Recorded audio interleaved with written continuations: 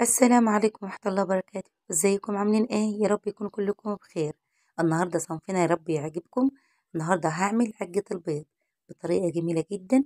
انتوا طبعا عارفين عجة البيض تنفع عشاء تنفع غدا، بتبقى طعمها جميل جدا وزي العسل. انا معايا 4 بيضات، ومعايا بصلتين مقطعين صغيرين، ومعايا هنا الخضرة الجميلة شبت وكزبرة وبقدونس، معايا طماطمتين مقطعين صغيرين، ومعايا فلفل مقطعة صغير. حبيت ان انا احضر الحاجه واقطعها عشان اطولش الفيديو عليكم. معايا معلقه كزبره، معلقه كمون، معلقه فلفل صغيره، ومعلقه ملح، ومعايا معلقه صغيره من الكركم بيخليها ريحتها جميله جدا. هتعجبكم لو حطيت معلقه صغيره في عجه البيض.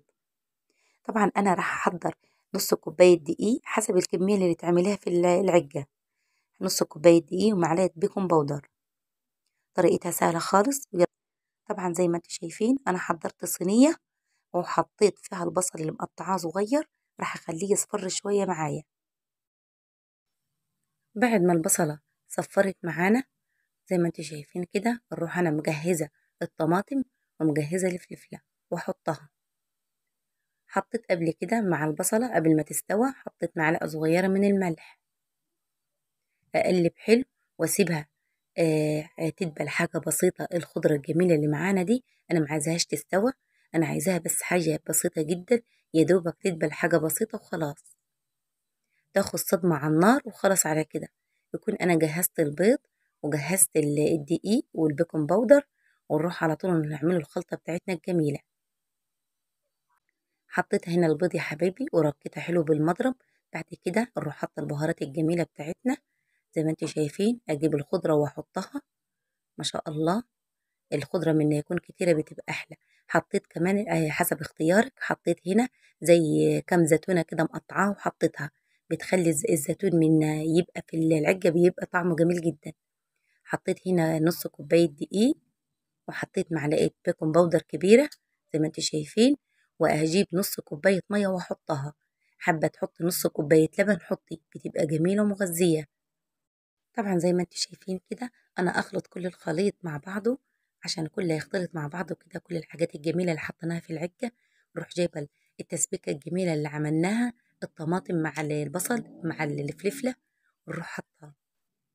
وخلاص على كده احنا راح نحط لهاش غير ما فص توم انا دقاه بقرن فلفل حراق حسب اختيارك. حابه تحط حراق ما تحطش براحتك انت، بيخلوا طعمه جميل. السوائل بتاعتنا اختلطت ما شاء الله زي ما انتم شايفين كده، وحطيت لها نص كوبايه ميه زي ما قلت لكم.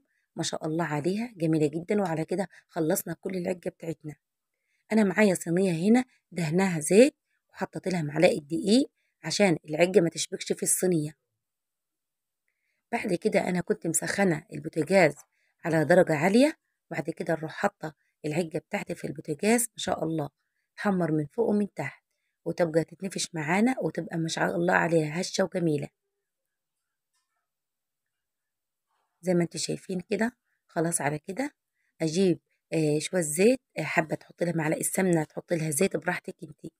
رحت جبت شويه زيت كده واحطهم من فوق كده وارشهم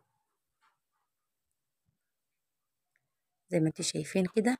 لو حطيت لها سمنه وحط لها براحتك في الطعم. اخدها على طول واروح حطها في البوتاجاز. وخلاص على كده العجة بتاعتنا ما شاء الله استوت. بعد ما شغلت البوتاجاز كنت معلياه، وبعد ما حطيتها رحت وطيتها عشان ما تتحرقش مني. انتوا عارفين طبعا العجة ما تحملش سوا عشان ما تتحرقش.